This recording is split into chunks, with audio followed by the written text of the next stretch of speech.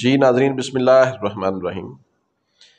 ناظرین، 6 ججوں نے جو کہ خط لکھا ہے قاضی فائز عیسیٰ صاحب، جو کہ سپریم کورٹ آف پاکستان کے چیف جسٹس ہیں، ان کو امتحان میں ڈال دیا ہے۔ قابل احترام چیف جسٹس صاحب سمجھتے تھے کہ شاید میں چیف جسٹس کی کرسی پر براجمان ہو کر اپنی منمانیاں اور جو مرضی، کیونکہ بہت بڑا عہدہ ہے اور ایسا ہوتا رہا ہے، تاریخ شاہد ہے۔ جسٹس افتخار چودھری صاحب نے بہت سارے ایسے فیصلے کیے جو کہ متنازع تھے، باقی بھی بہت سارے سپریم کورٹ کے چیف جسٹس صاحبان ایسے آئے۔ لوگوں نے ڈوگر کورٹ بھی کہا سپریم کورٹ کو، جب وہ ڈوگر صاحب مشرف نے لگائے تھے۔ تو بہرحال یہ 6 جو ججز ہیں، جن میں ایک خاتون جج بھی جسٹس ہیں ہائی کورٹ کی، انہوں نے جو خط لکھا ہے وہ ایک مطلب بڑا اہم ترین خط ہے، اور مجھے نہیں پتا اس میں کون کون سے اہم ترین پوائنٹس ہیں ایسے جو کہ درج ہیں، لیکن انہوں نے قاضی فائز عیسیٰ صاحب کو امتحان میں ڈال دیا ہے۔ اب قاضی فائز عیسیٰ صاحب نے باقاعدہ اجلاس تو فل کورٹ بلا لیا ہے۔ اب دیکھیں اس میں کیا فیصلہ لیتے ہیں اور کیا ڈیسیجن لیتے ہیں، اور کیا ان ججز کو ریلیف دیتے ہیں، اور جو کاز، جو وجوہات انہوں نے اپنے اس خط میں تحریر کی ہیں، کیا اس حوالے سے جو لوگ وکٹم بن رہے ہیں، کیا ان لوگوں کو ریلیف ملتا ہے یا نہیں ملتا، جس میں بالخصوص عمران خان اور پی ٹی آئی کے بہت سارے لوگ اور پی ٹی آئی کی بہت ساری خواتین اس معاملے میں وکٹم بن رہی ہیں۔ بہت سارے پی ٹی آئی کے کارکنان اس معاملے میں وکٹم بن رہے ہیں۔ تو ناظرین، دیکھا جائے گا کہ اب اس صورتحال کے پیش نظر آگے کیا ڈیسیجن لیتے ہیں جناب قاضی فائز عیسیٰ صاحب۔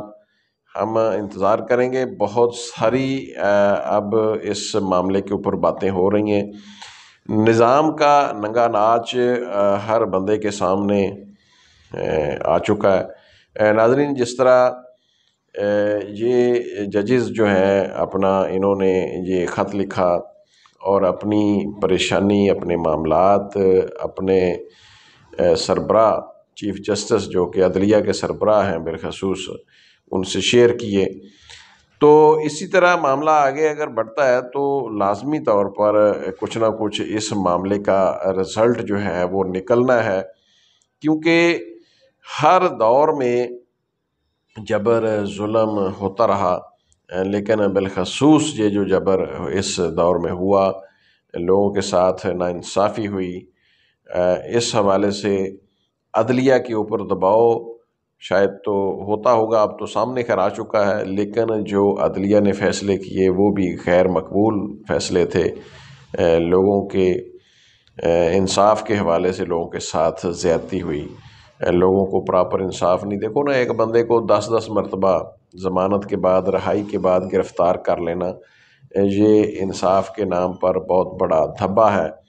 تو اب دیکھتے ہیں جناب کہ جو چیف جسٹس آف پاکستان کے سامنے بالخصوص یہ ججز ہیں، کوئی عام آدمی نہیں ہے، کوئی سیاستدان نہیں ہے، کوئی عام قسم کے کوئی لوگ نہیں ہیں، سادہ مطلب قانون کو نہ سمجھنے والے کوئی ایسے ویسے لوگ نہیں ہیں، ایرا گیرا نتھو خیرا نہیں ہیں، یہ ججز ہیں باقاعدہ، یہ جسٹس ہیں باقاعدہ ہائی کورٹ کے، جنہوں نے یہ خط لکھا ہے۔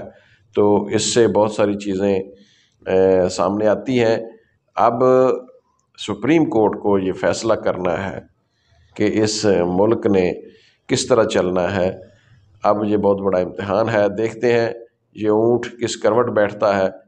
انشاءاللہ ہم امید کر رہے ہیں کہ اس ملک میں بول بالا ہوگا، اس ملک نے قائم رہنا ہے، اور اس ملک نے آگے بڑھنا ہے، اس قوم نے آگے بڑھنا ہے۔ میں تو لوگوں کو یہ بتا رہا ہوں کہ قومیں کبھی بھی صدیاں اپنی ایک ڈگر پر نہیں چلتی۔ قومیں جس ڈگر پر ہم شروع سے چل رہے ہیں، کیونکہ ہم غلط چل رہے ہیں، ہم نے اپنے بہت سارے جو معاملات ہیں ان کو درست طریقے سے نہیں چلایا، تو ہم صدیاں اس غلط ڈگر پہ نہیں چل سکتے۔ یا تو ہم تباہ ہوں گے یا ہم درست ہوں گے۔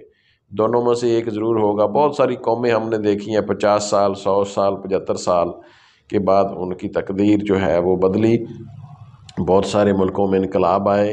ایران ہمارے سامنے ہے، پچھلے قرآن پاک میں ایسے پچھلی امتوں کے واقعات بھرے پڑے ہیں، امتیں غرق بھی ہوئیں، بہت سارے انبیاء جو ہیں ان کی قومیں جو ہیں، جس طرح لوط علیہ السلام کی قوم، شعیب علیہ السلام کی قوم، مطلب بہت ساری امتیں باقاعدہ غرق ہوئیں، اور بہت ساری امتیں جن کو عروج بخشا گیا۔ تو یہ سارا کچھ ہو چکا ہے، تاریخ شاہد ہے۔ انشاءاللہ ہم بھی پر امید ہیں اور دعا گو ہیں کہ اللہ پاک اس ملک کو دن دگنی رات چوگنی ترقی دے، اور اس میں باقاعدہ انصاف کا بول بالا ہو، دنیا ہمیں تسلیم کرے، واقعتاً تسلیم کرے، سلوٹ کرے۔ پاکستان زندہ باد، اس ملک نے قائم رہنا ہے، ہمارا یہ یقین ہے۔ اللہ حافظ۔